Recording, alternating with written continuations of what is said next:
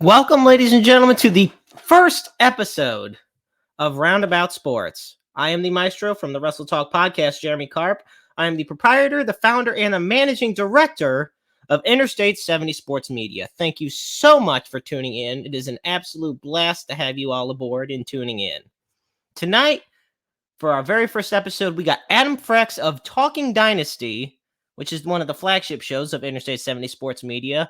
And we also have James Knox, a veteran umpire of nearly 30 years.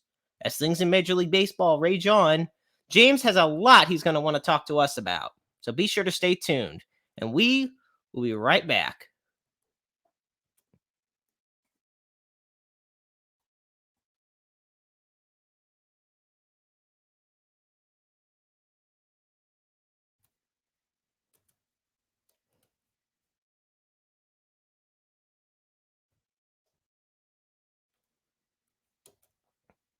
All right, folks, we got a couple things, pieces of breaking news coming in. The first one is that in the St. Louis Blues management, I should say, head coach Craig Berube, known as Chief, has signed an extension that will keep him on through the 2024-2025 season.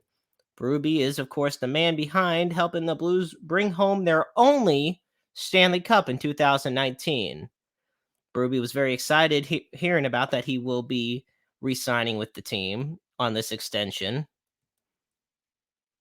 And welcome. Thanks, Evan, for tuning in. I greatly appreciate it, my friend. Evan, a longtime listener of not just the content you'll find on Interstate 70 Sports Media, but you'll also find on the Wrestle Talk podcast every Tuesday night. Once again, only on StreamYard. We do also, unfortunately, have some sad news to pass along. Longtime baseball player Jeremy Giambi tragically passed away this morning at the age of 47. He had passed away in his parents' home. No details yet about how he passed away, but for 6 seasons, Giambi hit 52 home runs and was a big part of the Oakland Athletics during their Moneyball years. And he is the younger brother, or was the younger brother, of legendary MLB baseball player Jason Giambi. So it's our deepest condolences do go out to him at this time, to the family and friends of Jeremy Giambi. Once again, he had passed away at the age of just 47 years old. Also in the news, the NFL is coming to Germany. That's right. It blows my mind. I don't know how. I don't know why. The NFL has announced that they are going to host its first ever regular season game in Munich, Germany during the 2022 season. Frankfurt, Germany is also going to be hosting games as well. Quite the interesting thing, I must say so myself. I mean, but the thing of it is, the NFL should focus more on, how do I put it? I don't know. Getting St. Louis a damn football team. Are you serious right now? You're going to give Germany, I know it's not a football team, it's just a football game, but oh my God. Okay. Composure. It's just the first episode. I mean, it's only been, like 20 years since the NFL actually started giving a shit about St. Louis football, but that's fine. It's fine. Nevertheless, also, folks, we are on the verge of WrestleMania season. So yeah, how about that? WrestleMania 38 will be a 2-night event once again. It's always known for being a 2-night event. Usually it's been a 1-night event, but it will be on Sunday, April 3rd, and I should say starting on April 2nd and then continuing into April 3rd at AT&T Stadium in Dallas or Arlington at Jerry's World. This will be the 4th WrestleMania to be held in Texas after WrestleMania 17, 25, and 32. And I am excited for that one as a longtime wrestling fan myself. I think it's going to be one hell of a show. And also, we're going to be getting into it in just a few minutes, folks. Super Bowl Sunday is just mere days away. And it's going to be the Los Angeles Rams I know. Insert the booze here for those in St. Louis that don't want it. And the underdog Cincinnati Bengals, who honestly are not as much underdogs as you could possibly think. I know a lot of people may say so. Well, you know what? Maybe I'm not the only one who should be talking about this. After all, I mean, they did beat the Kansas City Chiefs in the AFC Championship game, and I know he's pissed off that I just said that, but ladies and gentlemen, this guy is one of the most trusted men in the Kansas City market. He is the proprietor and the man behind the magic that is Talking Dynasty. It is my pleasure to have on as the first guest of Roundabout Sports, the one, the only, Adam Frecks. Oh, what's going on, brother? You start off with just breaking my heart already. That's the first thing I hear. I know, man. It's a lot of heartbreak, a lot of pain, unfortunately, to kick off the show. But you know what? That means we got nowhere to go but up in positivity. And folks, remember, you can find us. You can find Talking Dynasty on Facebook and Twitter, as well as you can find Roundabout Sports on Facebook and I-70 Sports Media on Facebook, on Twitter, on YouTube. I mean, we are expanding this year. Ain't that right, Adam? Absolutely, man. We're about to take it to the moon.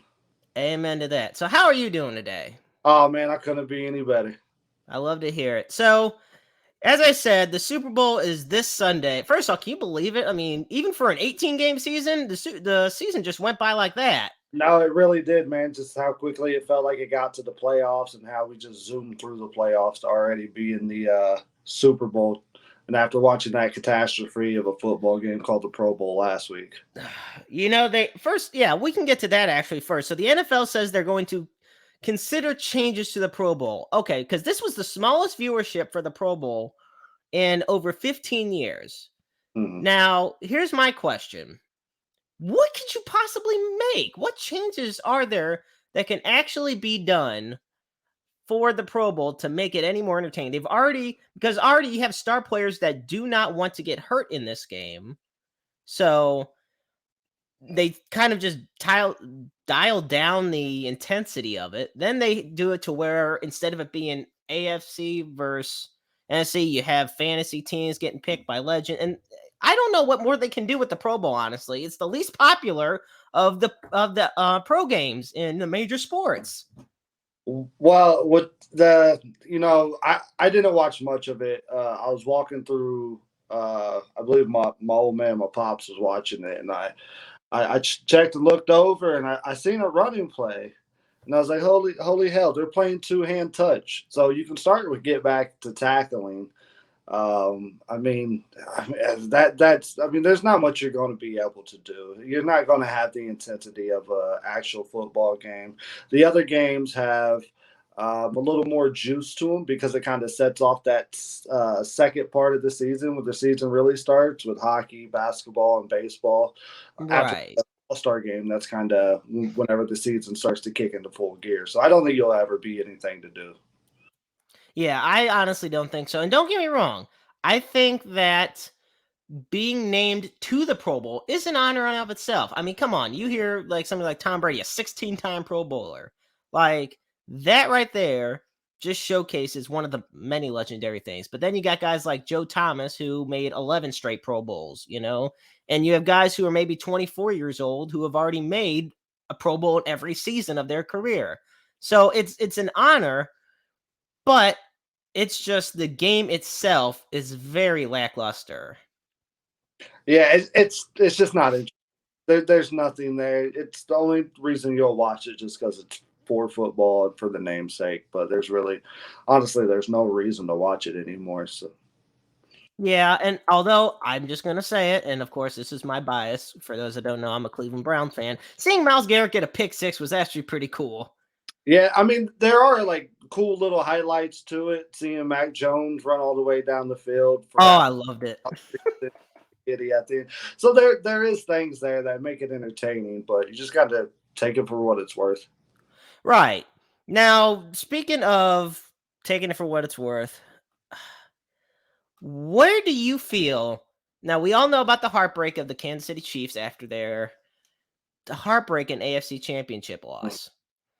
They go into halftime up 21-10.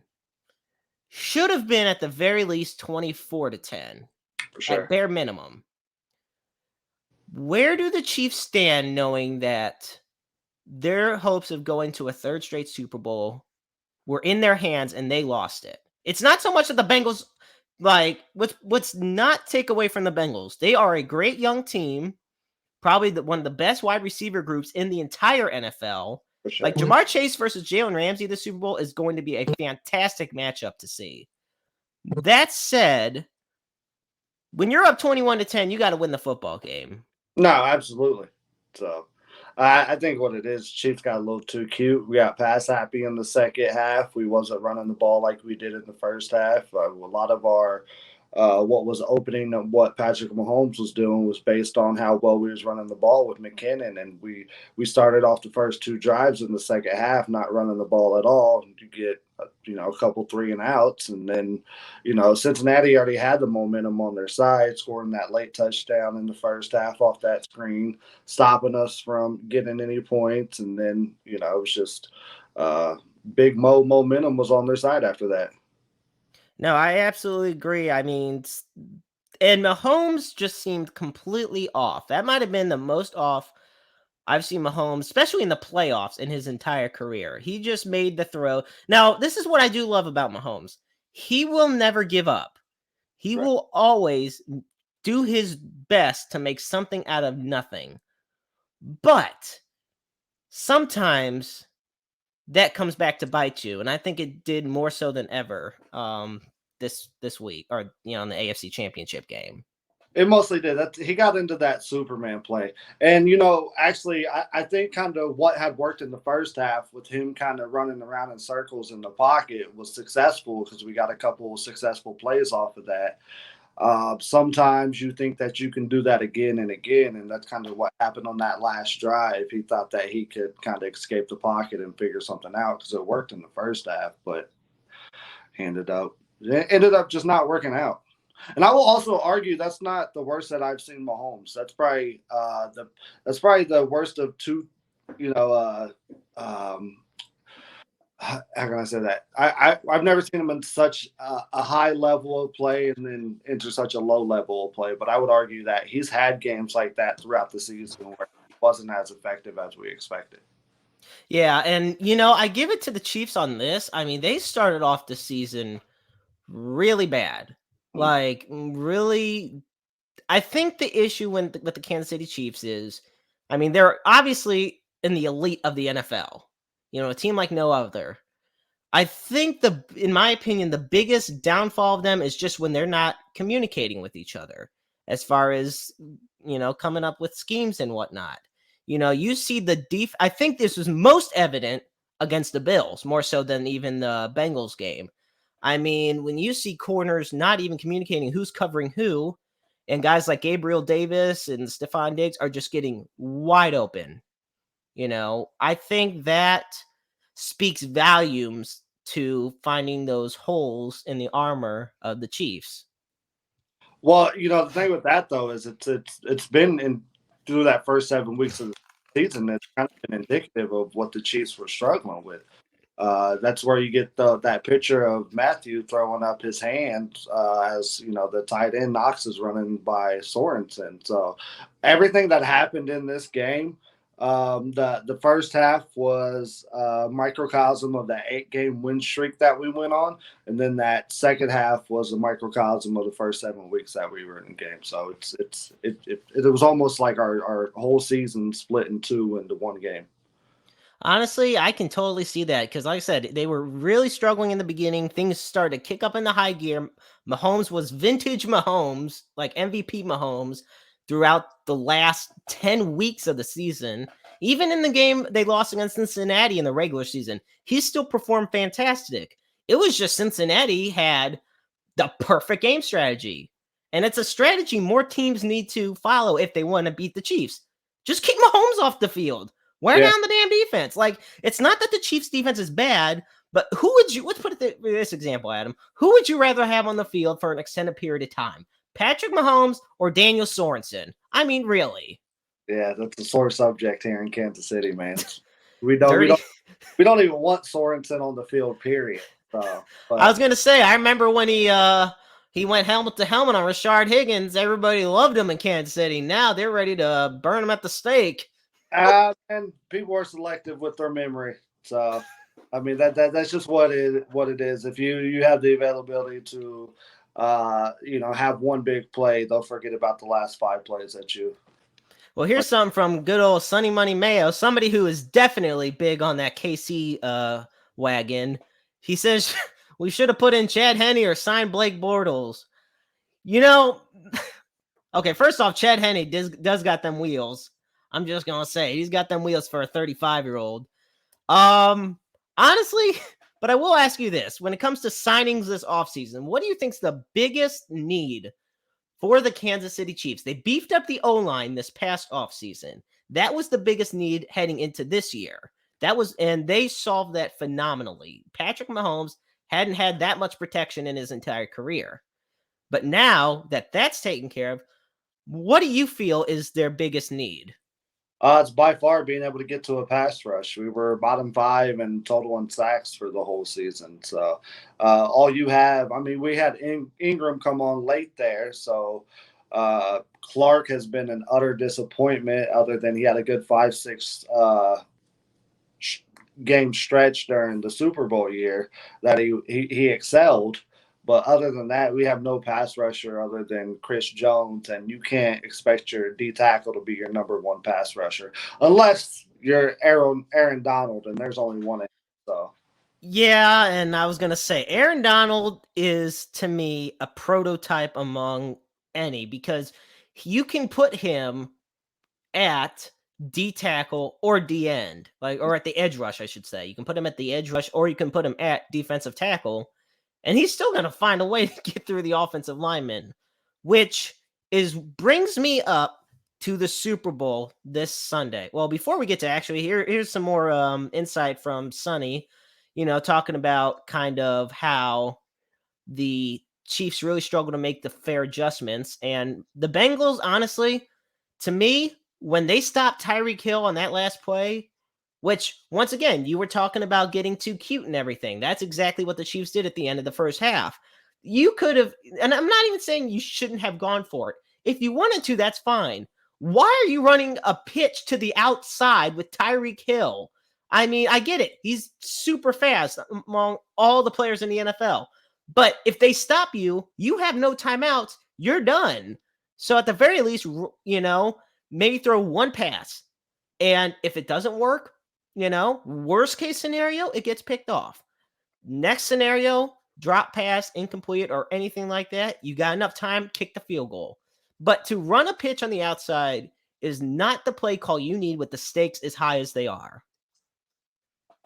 I don't necessarily think that was a play call. I think Tyreek was a decoy on that play, and I think it was either because I think I heard Andy Reid tell after halftime the reporters say that either if it's not in the end zone, throw it out. So I think that's more on Patrick Mahomes on bad decision making. Putting trust in Tyreek that he can cut that corner. So I just Right. And I can see high that too. 2020. Right. And unfortunately, no matter what happened, it's the reason the Chiefs are not one of the reasons the Chiefs are not playing this Sunday. Now, heading into this Sunday, okay, we mentioned you had mentioned Aaron Donald at first, and then I kind of delved into him some more. This is where I think the Rams have the biggest advantage of any of the potential matchups for Cincinnati. We'll take an example here. Kansas City upped their offensive line. The Bengals did not. The Bengals upped their offensive weapons, which is fine. I mean, it plays off perfectly. Joe Burrow finally has some guys to throw to, but he has no time to throw to them. And do you honestly think that against Aaron Donald, Von Miller, Greg Gaines, and, even when you send guys in the secondary on a blitz, that you're going to have more time than you did against the Chiefs? Not a chance in hell. There is just no chance. Honestly, I think the defensive line of the Rams are going to destroy the offensive line of the Bengals. What do you think, Adam? No, I think that's a strong possibility. But if Joe Burrow has showed anything, especially in that Tennessee game, that he has the wherewithal to just work through it. I mean, it's really if they can get the ball out of Burrow's hands quickly, I think that they have a chance. So, but I mean, I think that the Rams, considering their line, how well it is, considering how well their defense is, they should be the overwhelming favorite, in my opinion, just based on that. Right. And so I guess that brings up the next question. Who do you honestly, in your opinion, think is going to win Super Bowl 56? Man, there's something special about the Bengals this year. I will definitely give them that. They have some kind of juice that it's like they've been saying they're in a position where they don't know any better and they're just playing ball. But overall, I think the Rams are a more complete team because I don't think that the Rams offense. You take the. I think you're going to take the.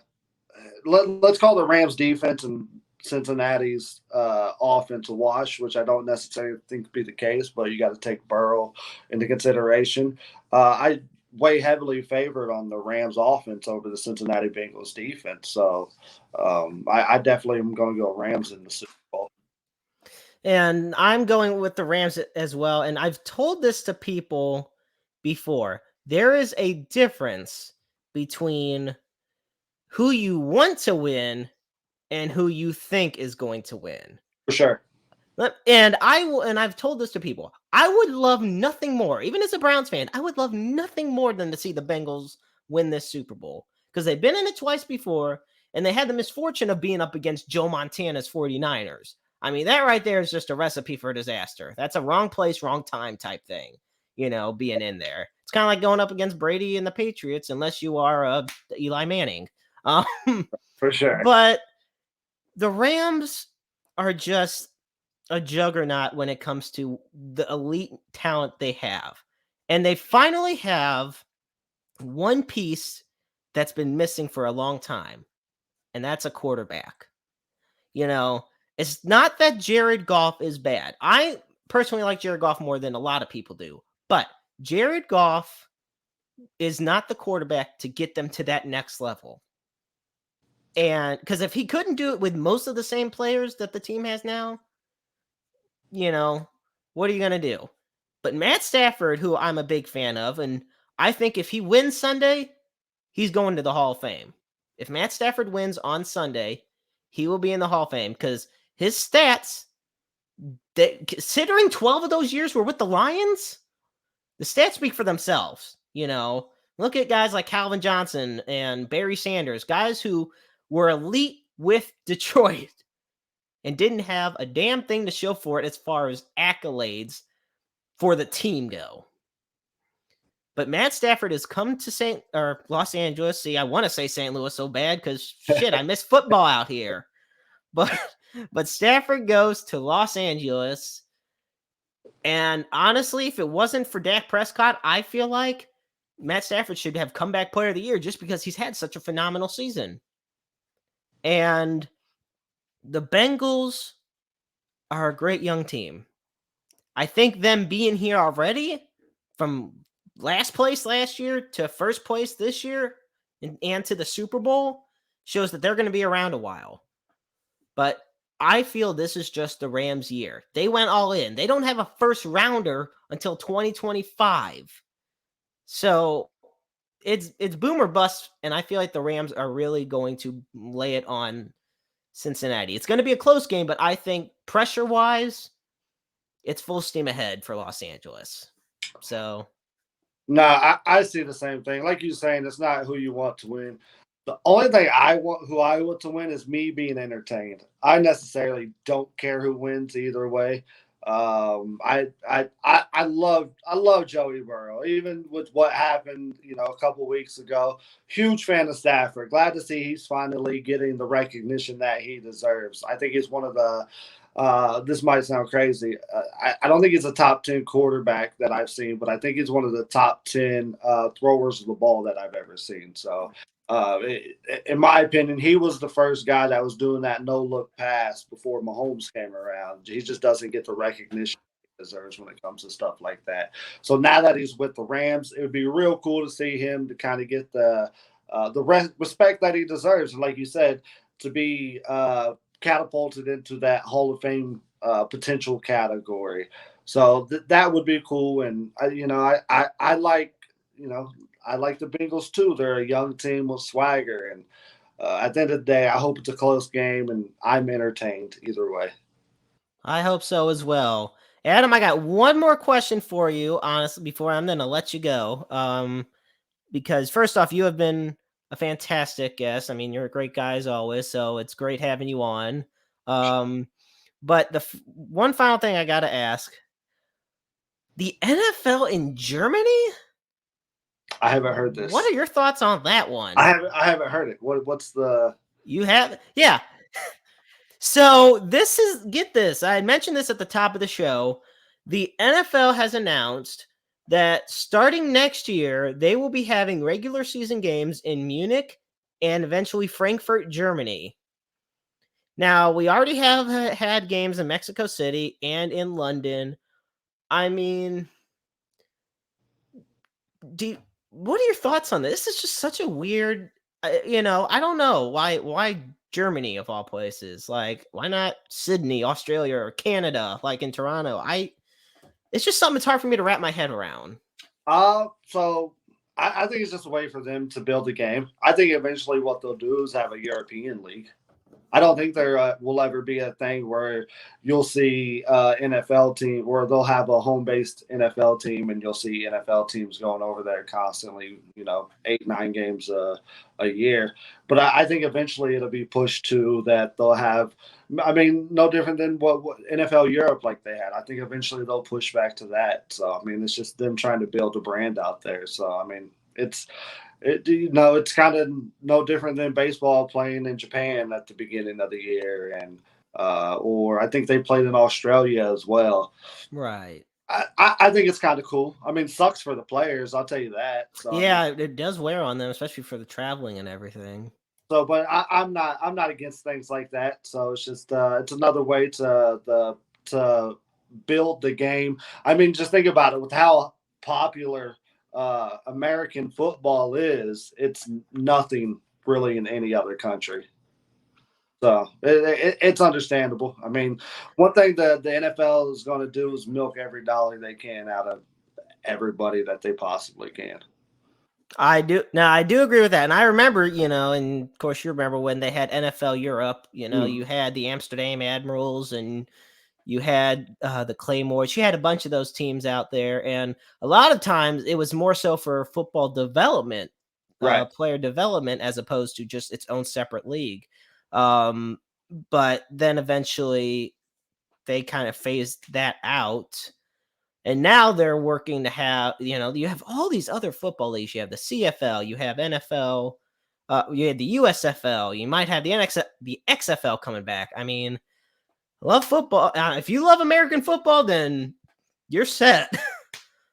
Yeah, well, when it comes to those secondary leagues, I mean, there's never been one that's been long term. I mean, other than Canadian Football League, and that's because the Canadians support their own up there, and it's a little bit different. The rules are a little bit different, so it's just the I don't mind it. I watched a couple of the XFL games. It's one of those things where who doesn't enjoy football, but it's really on the presentation that these other secondary leagues offer their viewers. Can it be sustainable? Can we see one that lasts 10 years? I think the most successful one was Indoor Football League for the longest time. Uh, Right. that kind of closed up, so it's just. I mean, seeing these other leagues, especially now that you're going to have USFL and XFL coming back. Now you're talking about two secondary leagues in America vying for the same eyeballs. it's going to be a little tough for all of them to make it, let alone just another one. Yeah, I do agree. I mean, especially considering the Battlehawks were, and I'm taking this to my grave because it's 100% fact. The Battlehawks were the most popular XFL team in the league. That dome was sold out like anything. The only seats that weren't seated with fans were the ones that weren't even had tickets for sale. And damn it, if it weren't for the pandemic and everything, I'm telling you, when they had the Vipers from Los Angeles come into town, they were going to open up the rest of the seats. We were going to have 60,000 people watching an XFL game here. I mean, just being there for the two home games that I was at, I mean, good heavens, the fans were just electric. It felt like an old Rams playoff game from 1999. The city came together and like it was just unbelievable. And that's why I want the XFL to come back, because it means so much to St. Louis, more so than it's just being a sport. Because when the Rams left, it wasn't just, oh, we lost a football team. No, it was hearts being ripped out of the city, you know? Like, I know St. Louis isn't exactly everyone's paradise, but damn it, it's my hometown. Yeah, Maybe not my birth town, but that's my hometown. So, Adam, before I let you go, be sure to plug all your social medias for us. Let us know more about Talking Dynasty so we can tune in. Well, you can follow me at Adam Frecks pretty much on anything from Instagram, Twitter. Put that in Facebook. Same thing with Talking Dynasty, at Talking Dynasty on anything. As we kind of roll into the summer and the NFL starts closing up, we'll open up more sports talk because, I mean, NFL will always be the forerunner on kind of what we talk about, but everything's available, so be sure to check it out. All right, ladies and gentlemen, Adam Frecks of Talking Dynasty, thank you so much for being on the show this evening. I appreciate it, my friend. Appreciate it, brother. All right, man. Have a good night. You do the same. Thank you. So, ladies and gentlemen, that was Adam Frecks of Talking Dynasty. Be sure to follow him and Talking Dynasty on social media. And also be sure to follow us on social media as well. Interstate 70 Sports Media has a Twitter at I-70 Sports Media. You can find us on Facebook. You can also find us for Roundabout Sports as well on Facebook. We're working on expanding that. And of course, my personal is at JCarp Sports Fan 1.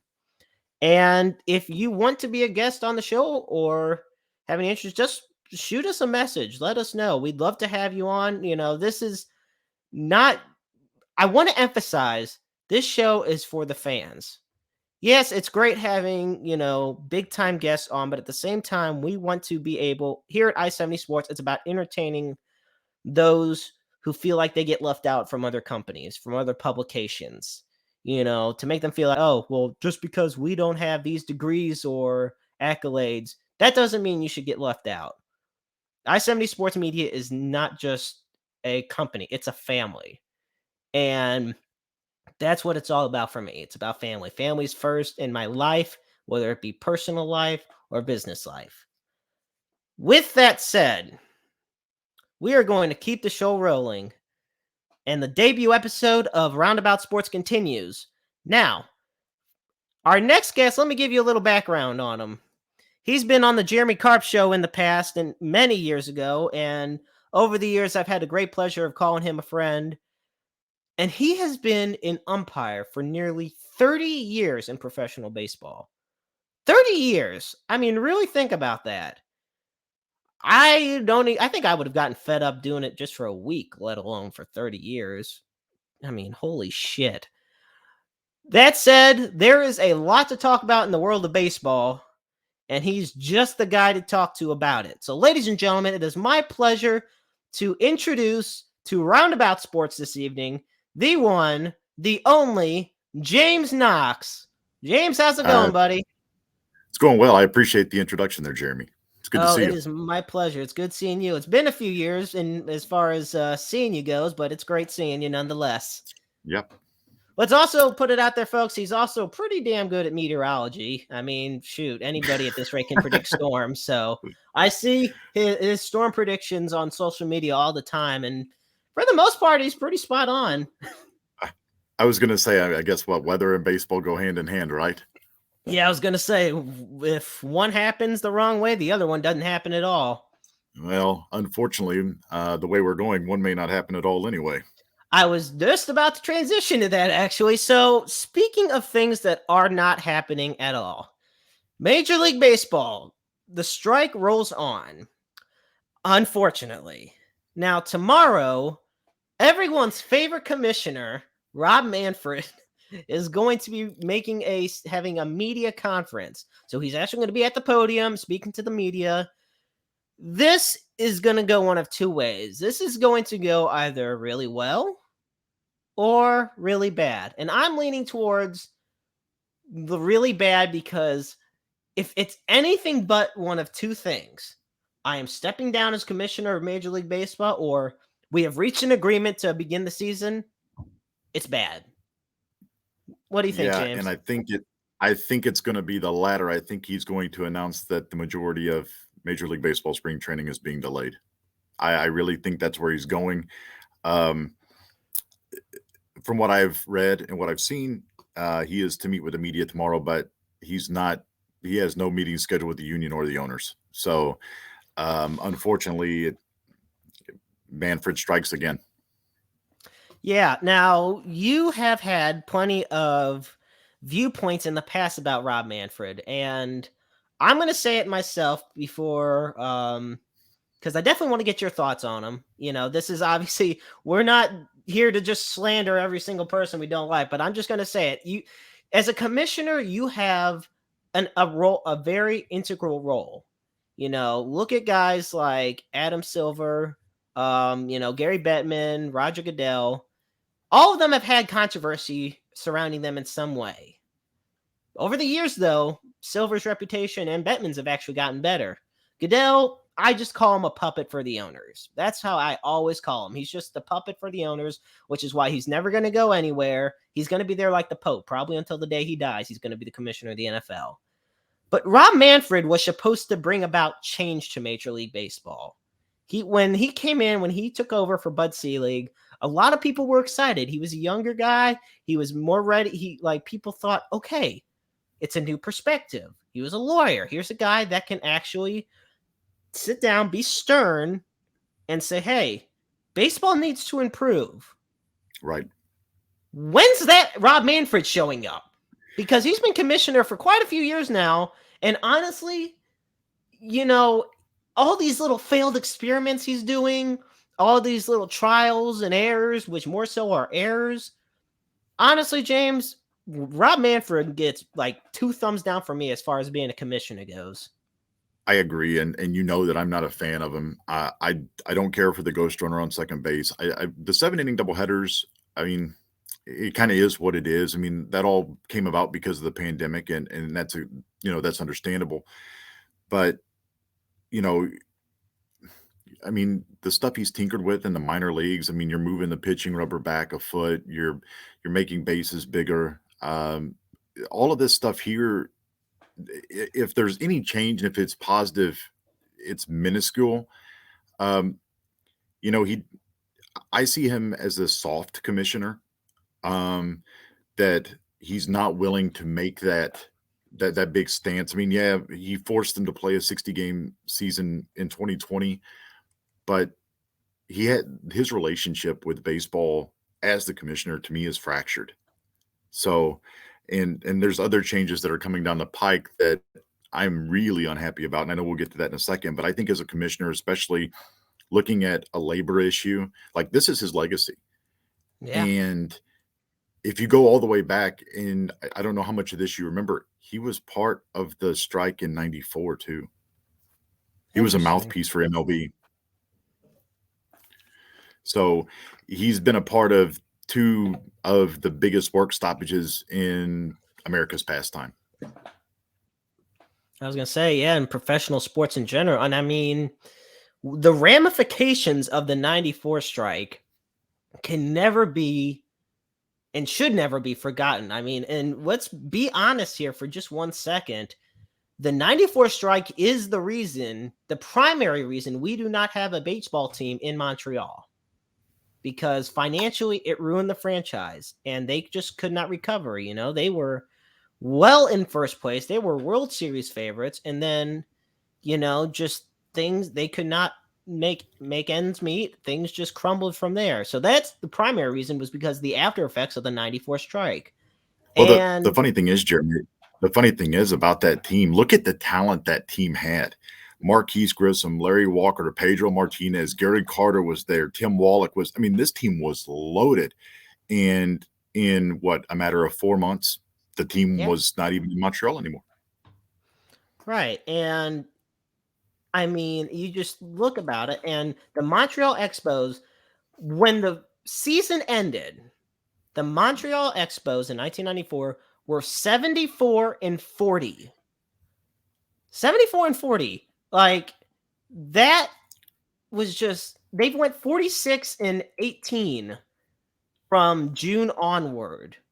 And yeah, they were just well ahead of everything. They were 6 above the Atlanta Braves in the division, and they were well above the Cincinnati Reds as far as all the division leaders go. I mean, there was just no stopping them, right, until the strike came in. And now here we are, flash forward to 2022, but this has been an issue that's started long before 2022. This was something that's been going in the kind of those underground rumblings for a while, that like, oh, is there going to be a strike? Is the game going to stop? I mean, we already had the delays because of the pandemic 2 years ago.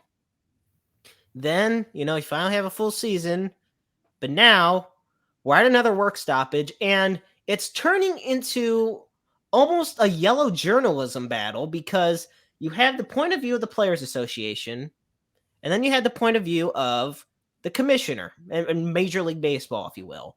And they're both trying to say whose side's right, whose side's wrong, and it's all about hearsay. He said, she said type thing. I'm sitting here thinking just in general, because it's hard for me to believe that, I mean, not even a full 2 years, out of that 2020 season and that pandemic, that owners and players are willing to lose games and lose money. And I think a lot of us, I'm not one of them, I'm a hardcore baseball fan for obvious reasons, and you're not going to lose me as a fan. Oh, yeah. But these casual fans realized there are other things I can spend my money on.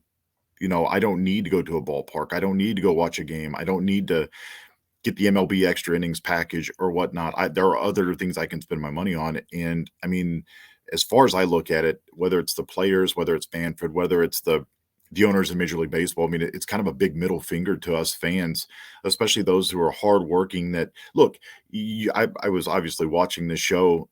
Super Bowl Sunday is Sunday. Pitchers and catchers were supposed to report Monday.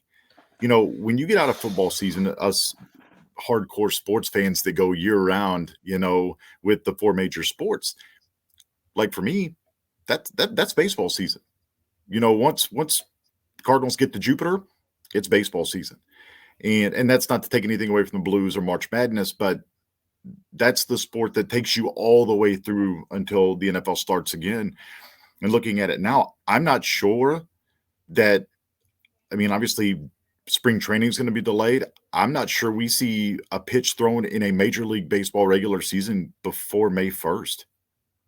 That's very possible. And I didn't want to put it up there while you were still talking, because obviously the comments long enough, it would cut your face off on it. But here's Adam's post. Adam was just on the show, but this is Adam's opinion on what's going on in baseball. He says the baseball rules didn't need to change. The players' approach to the game did. The game was so much more entertaining when the ball was in play more, and now it's either a strikeout or a home run, basically. Thank you so much, Adam. I do love that. A very, very intelligent comment. I mean, that's right. It's the 3 major outcomes: walk, strikeout, or home run. And I mean, there's nothing to me more exciting than a bases clearing double. Or I love that. you know, I, listening to sports talk radio earlier, they were talking about, okay, so a ground ball through the wickets of a pitcher used to be a base hit up the middle. Now it's a ground out to the second baseman. And, yeah, okay, so you can't outlaw the shift. It's virtually impossible to do that. I mean, this isn't men's slow pitch softball where everybody has to play in the grass. But I mean, you look at it from a standpoint where, okay, well, it's easy for us to sit here and say, hit the ball the other way, beat the shift, because you're not getting 95 thrown in on your hands.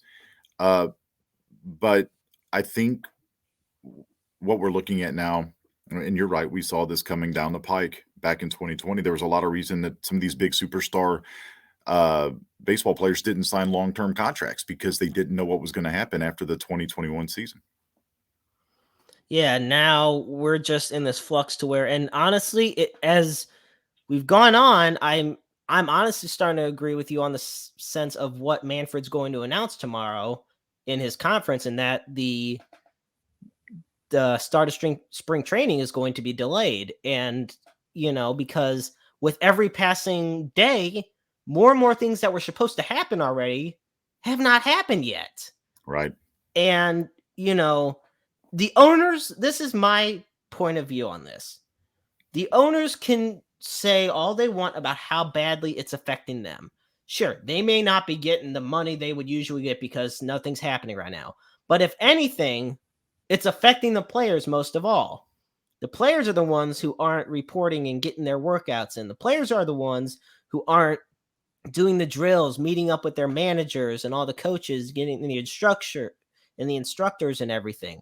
It's the players who are truly suffering, in my opinion, because of any work stoppage more so than anyone else. And when the season starts, whenever it may start, if it starts, honestly, sometimes we're kind of wondering, will there be a baseball season this year? We don't know, because every single time that Major League Baseball and the Players Association meet, there is no here's the bar. It's not getting any further this way or any further. It's just stuck in the middle. It's just, it's basically trying to climb the Great Wall of China with suction cups on your hands. Like, it doesn't go anywhere. You're not kidding. And I think the one thing we have to differentiate is this is a major league lockout. So minor league players can still report, but those are for only players that aren't on the 40-man roster. But here's the thing. Whether it's a minor league or a major league lockout, nobody's getting paid. And these minor league players that, depend on minor league camps and minor league games to make a living, it's not going to be there. So, it's tough. I think that obviously, from what I've heard and from what I understand is these players believe that they need at least 3 weeks of spring training before they can have a season. This goes back to that summer camp brought to you by Camping World that we had in the pandemic season. And in 3 weeks you were ready to go, but we also saw pitchers who had suffered a lot of arm injuries and everything that season as well. So I'm not sure where the win is here. I mean, there's a reason why there's 6 weeks of spring training. And there's a reason why you have 2 weeks of spring training before games even begin. So I honestly don't know where we go. But it's players, it's umpires, it's vendors, it's everybody. And so I'm not sure where we go. I'm not sure either. We're just going to have to stay tuned and find out. And obviously here we're going to be keeping close tabs on it. Now, speaking of umpires, there are 2 things. I mean, there's multiple things, but 2 things I want to talk about as far as umpires and the professional. First off, what got you into being an umpire? Well, when I started 27 years ago now, it really started as a summer job. I was still in high school. And of course, I played the game when I was in high school and played the game when I was in college. And it was just really a way for me to stay involved in the game. There wasn't a living out there for anybody who could throw a knuckleball that could get hit 415 feet. So for me, it was for me, it was really just staying in the game and the love of the game and really being able to, there's a camaraderie there with umpire colleagues and players and stuff, whether, at whatever level that, kind of drives you to keep going. It's that competitive juice that you still got to figure out a way to figure out a kind of a fix to be competitive. And that's kind of what does it. Awesome. And like I said, you've been doing this for 27 years. I had said it before I introduced you. I couldn't even imagine doing it for just a week, let alone that long. So what keeps you going? What keeps you going doing it? I mean, obviously you must love it if you've done it this long, but at the level, like at the levels, it's the kids. It's always the kids. It's always the players. And even, when it's, you get to the upper levels and stuff like that, it's having that. It's you'll hear a lot of ex-athletes say that they don't miss the practice, they don't miss the training, they miss being in the locker room. And there's a lot of stories that I can't tell here that go on inside that locker room. So, that's the other part is it's just it's kind of, you become a family. Since I can kind of say the same thing about high school football. There are some stories that even if I said on here, I mean, shoot, we were in high school. Right. the pranks and everything. No, so That's why I always say I'm glad there wasn't social media or Facebook or anything when I was in high school, or phones that had cameras. That's all I'll say. yeah, I can totally understand that one. So speaking of umpires, okay, first off, it was announced earlier that Joe West, good old country Joe, at 69 years old, is finally, and believe me, and to emphasize for a lot of people that don't like him, finally is retiring. Now, he is the all-time leader in games umpired, and he has umpired over 5,000 games. I mean, Guys, on May 25th, 2021, he broke Bill Clem's record by umping his 5,376th game. And he's worked several no-hitters, Felix Hernandez's perfect game, and 6 World Series. He's going into the Hall of Fame, and people may not realize it. Controversy aside, he's going in the Hall of Fame. I mean, umpires do get there too, folks. Just letting you know, and deservedly so. To me, an umpire is a thankless job. It's fun. It is kind of fun to bitch at him. There is limits. Like threatening to kill Don Deckinger is not, cool on any basis. Never do that type of stuff. But, yelling at the ump on the TV, like, come on, what kind of call was that? That's the type of stuff that's, it's more fun. But I wanting to ask you from, one veteran umpire's perspective, watching Joe West over the years, what are your thoughts on his career? So this is going to be an unpopular opinion. I'm actually a fan of Joe West. I think part of it is because whether you like him or you don't, there's a mystique around him. He does have that aura, especially when it comes to rookies. I've seen games where rookie pitchers have come in and thrown pitches right down the middle, and he's emphatically called it a ball.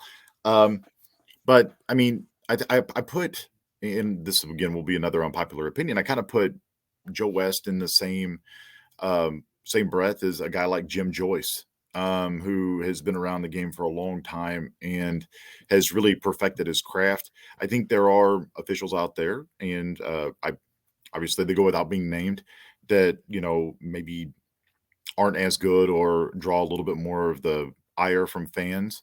But I always liked Joe West. Jerry Davis was another one that I'm a really big fan of, and so I mean, what really puts it in perspective for me is, man, his umpiring career started before I was born.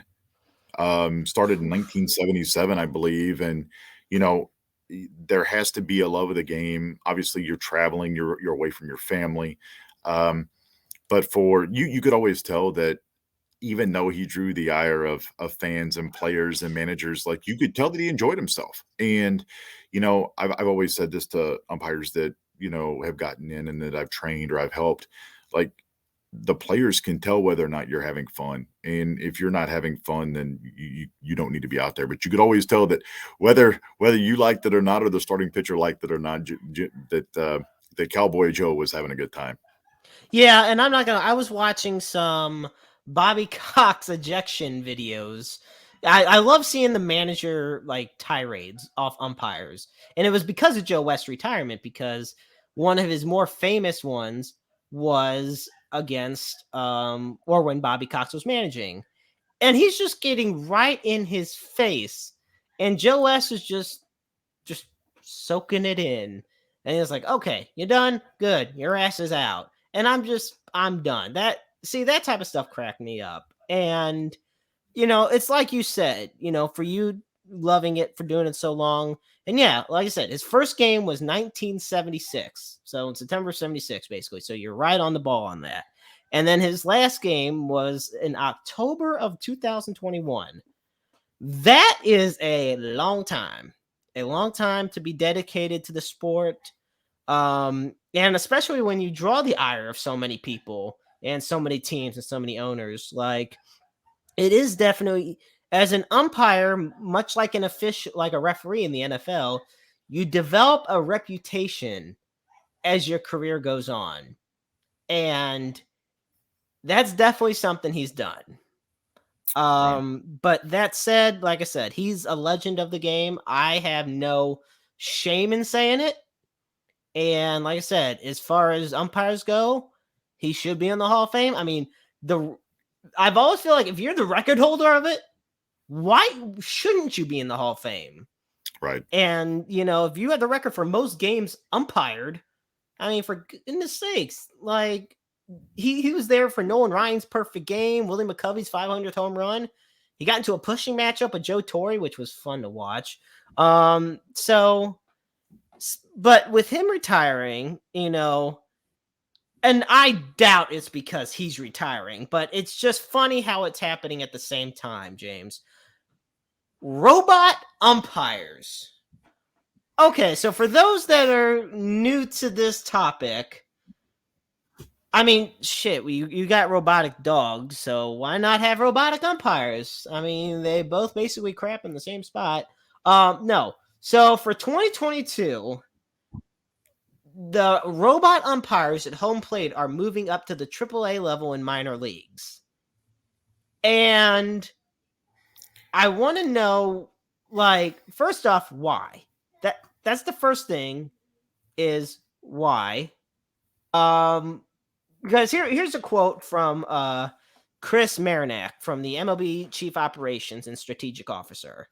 It's hard to handicap if, when, or how it might be employed at the major league level because it is a pretty substantial difference from the way the game is called today. Obviously, that having robot umpires would be a lot different than real umpires. Wouldn't you say? Oh, I don't like this topic at all. Gee, I could only imagine why. So I don't understand the change. God, I wish I could tell you that they feel that robot umpires will give them a more accurate strike zone. I think we've seen in the Arizona Fall League that's not the case. Ask Justin Hayward, who is Jason Hayward's younger brother, who struck out on a curveball that actually bounced. That apparently the curveball hit the bottom of caught the bottom of the strike zone before it bounced, and the robot umpire called it a strike. Justin Hayward then turned around to argue with the human that was there and got ejected. So I don't understand. It can't be about cost because you're still going to need an umpire at home plate to call out safe, fair, foul. And I've got so many issues with this. I mean, if it's a robot, can it be hacked? I mean, oh gosh, I just thought of that. Oh. We worry about betting with sports betting and stuff now. I mean, you're opening Pandora's box? I mean, this isn't like the Jetsons. Like, I don't have, I've got a Roomba that'll vacuum my floor, but I don't think my Roomba can call balls and strikes. And I'm guessing that's the issue here is that they want a more accurate strike zone. But I mean, you talked about Joe Torre and Bobby Cox getting ejected from games, from Joe West. Well, you're going to put a robot umpire in there and you're going to lose that aspect of the game. Yeah, and it's definitely an entertaining aspect. I mean, you don't see as much fiery tempered managers as you used to when you and I were growing up. I mean, you don't see the guys taking the bases, throwing them, catapulting them, big grenade Sweet Lou. launching. Sweet Lou. Oh my God, I love Lou Piniella. God love him. Um, and those characters, you don't see those types of characters, but there's still something about having actual umpires, and it goes more so than just because it's jobs. I mean, go to a freaking Walmart. Stores are already taking jobs away by having all those self checkouts, like the entire sections. So it's almost, and like you said, you still got to have ones calling safe or out. You're still going to need more than one umpire. What are you going to do for the one at second base? You're just going to have a robot just standing out in the middle of it, and then have like Tommy Edman awkwardly look at it for the card? No, like there's so many flaws with this. Well, the other problem you come down to too is you're talking about programming these things. Well, this isn't a one size fits all strike zone. I mean, Tommy Edman and Paul Goldschmidt are not the same height. And so what are you going to do? Have a laser or some kind of beam that goes across there that a sensor that the computer picks up on? I just, and then are you going to have somebody up in the booth that mans a little buzzer or something that I mean, there's just too many issues with this. This is Manfred with too much of a hands-on approach. And I know this is coming down the pike before he took over as commissioner, but I mean, you're going to add this to his legacy on top of the fact that he called the World Series trophy a piece of metal. I mean, this guy, I know they had issues with it in the Arizona Fall League. I guess the Atlantic League, it was so-so. So if you haven't had glowing reports and glowing, just I don't know why you're going to move this to AAA, because if you think that impacted the game down there, AAA moves much faster than independent league ball in Arizona Fall League does.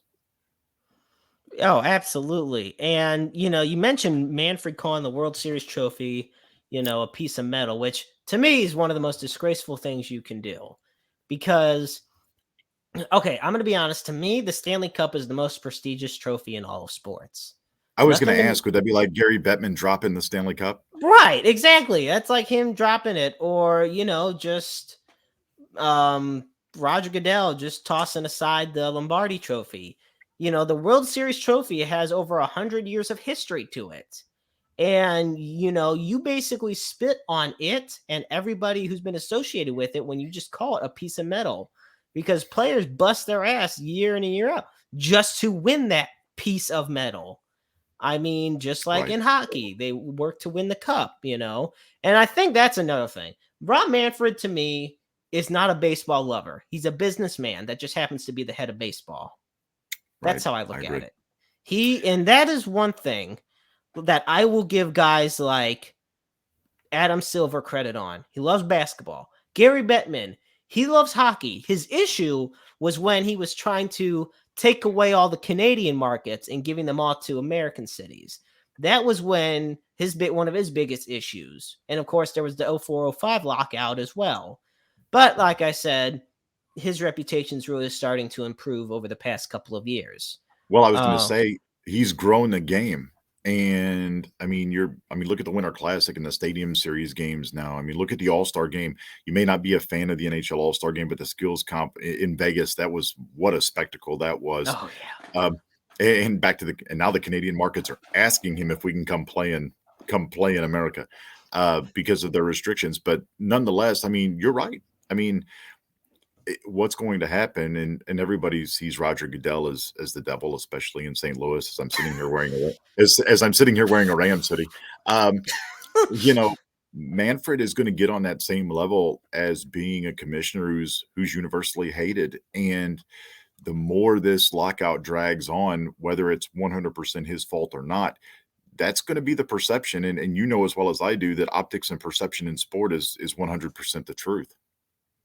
Absolutely. And, I had actually just put it in the comment section. So I would love for all you who are tuning in to be sure to give us your reply on what do you think about Rob Manfred's job as commissioner. And I know, James's opinion on it. I definitely know my opinion on it. A lot of people do have that same neck. And honestly, look, I kind of get this thing where he wants to shorten the game of baseball. Not everybody would enjoy a game that's going to like a 4-hour length or going to like 15, 16 innings. I do get that. But, you had mentioned it early on in the interview. Starting a ghost runner on second? Are you kidding me? That is not how you end it. Like, there's already enough overtime rule issues in the NFL. We don't need MLB to have their own. Like, it's simple. In fact, in MLB, it's actually probably one of the best ways it is because you get the same chance. Look, one team, the usual team starts the top of the ninth. Great. Or I'm sorry, top of the 10th if it goes to extras. Perfect. They score any runs, you just got to match or beat that in the bottom half. Right. Like, that is literally the perfect formula for any type of sudden death. Why change that? Well, I'm a traditionalist anyway, and this just comes with the fact and the age that I grew up in when it came to Major League Baseball. If I'm paying my hard-earned money to go to a ball game, I don't necessarily want it sped up. If I know what I'm getting into when I buy my ticket for $50, $60, $70, whatever it may be, I know that I'm getting at least 9 innings in this game. And if I wanted something sped up, then, I would go to a game that has a clock. A pitch clock is something completely different. That's something else, but that's another story for another day. But yeah, I mean, there's no reason. The old saying fits here. If it's not broke, don't fix it. And I understand. I get it. And while I may be a traditionalist, I'm not an idiot for the lack of any candor here. I get it. The younger generation, what we refer to, us old fogies refer to as the short attention span theater. They want it quick, they want it now, and they want it without any hassle or any questions. And I get trying to speed the game up.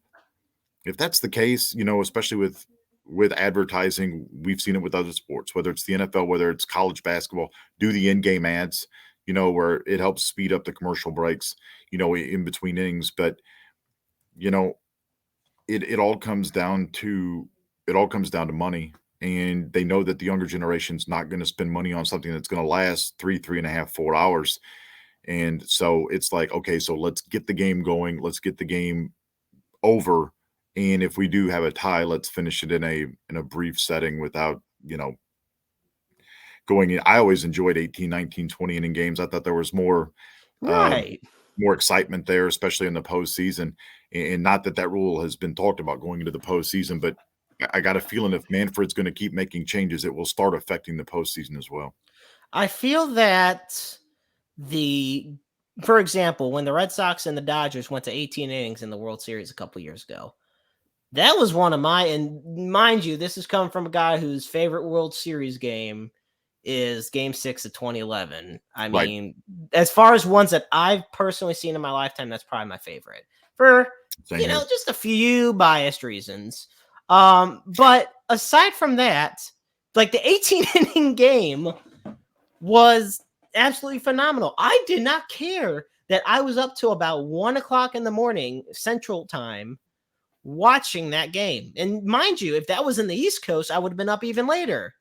Like, so for that game to go that long, and it was a postseason spectacle, it was a thrill.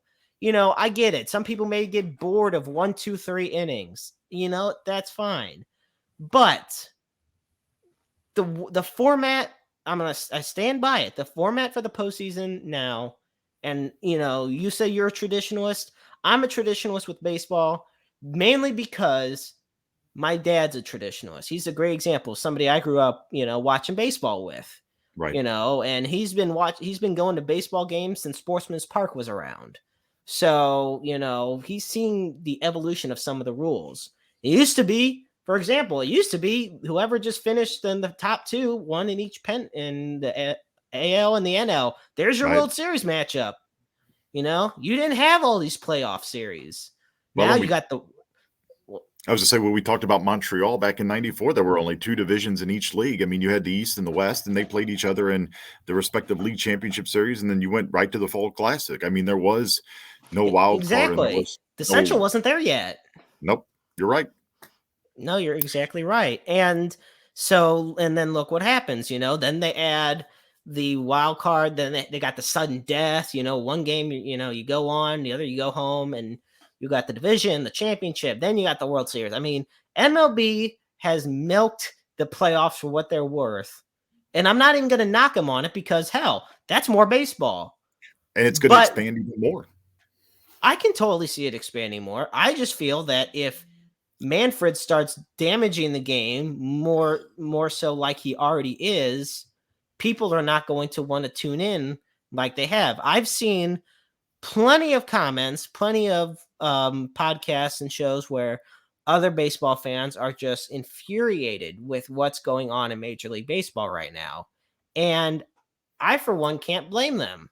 I mean, Manfred has come in, and don't get me wrong, we're not over here praising every commissioner that's ever existed, because each one of them had screwed up in their own way.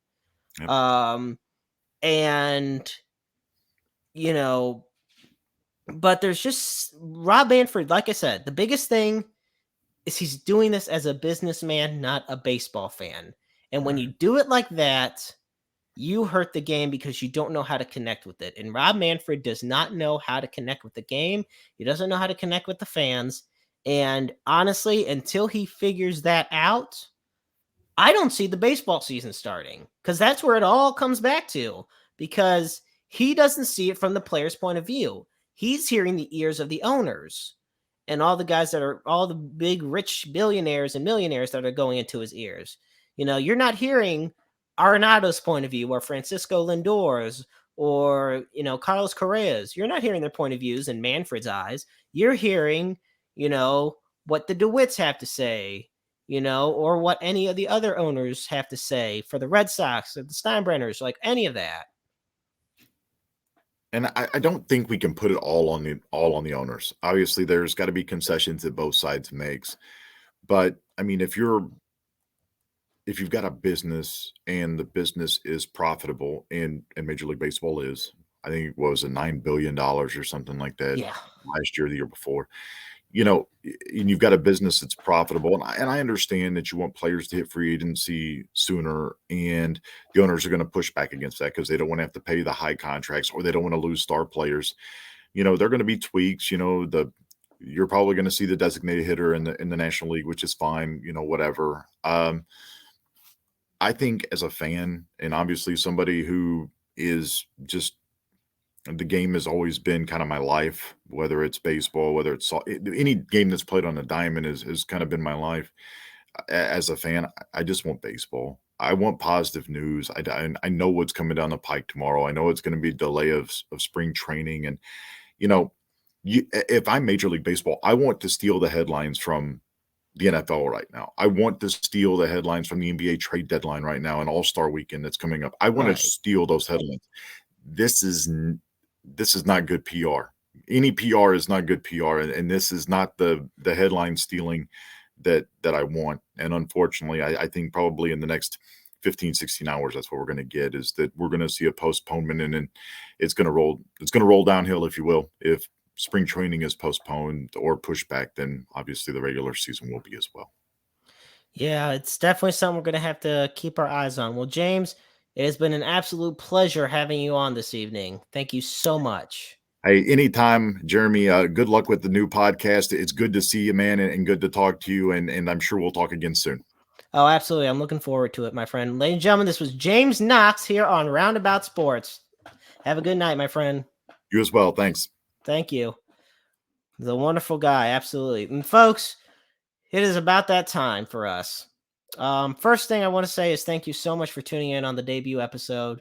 It means so much to me and to everybody who's worked alongside me. I want to give a big shout out to Renee the Night Owl from the Wrestle Talk podcast, who's helped me so much with StreamYard, I should say, as well as John Hardcore Hoss.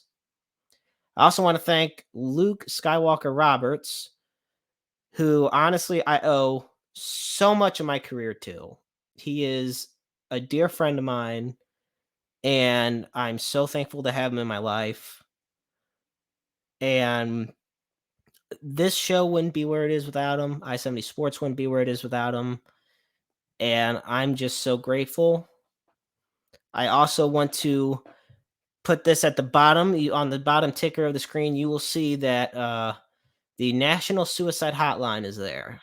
This is something I do at the end of every show when I'm with Wrestle Talk. I want to let you all know the number is 1-800-273-8255. I put this up here because it's my way of letting you know, you the listeners, that you're never alone. I struggle daily with depression and anxiety and other mental illnesses, and I'm not going to lie, it is a pain in the ass. But each day I persevere, and it doesn't make me better than anybody else, but I'm just blessed that I'm with who I'm with, family. I got amazing family, friends, a support group. And like I said, I'm going to keep this up here throughout the remainder of the show. That hotline right below you, 1-800-273-8255. It's open 24 hours a day, 7 days a week, twice on Sundays. As far as the future of this show, you already know we're going to be back. Interstate 70 Sports Media isn't stopping anytime soon, so why the hell would Roundabout Sports? I am excited for where we're going from here. I greatly appreciate everybody who's tuned in on this very first episode. Thank you to Adam Frecks and James Knox for tuning in, for actually joining us on the show, not just tuning in afterwards. And we will see you next time. But before I go, I just want you all to know that life is a book full of empty pages just waiting to be written in. Make your lives worth reading. This is Jeremy Karp saying good night.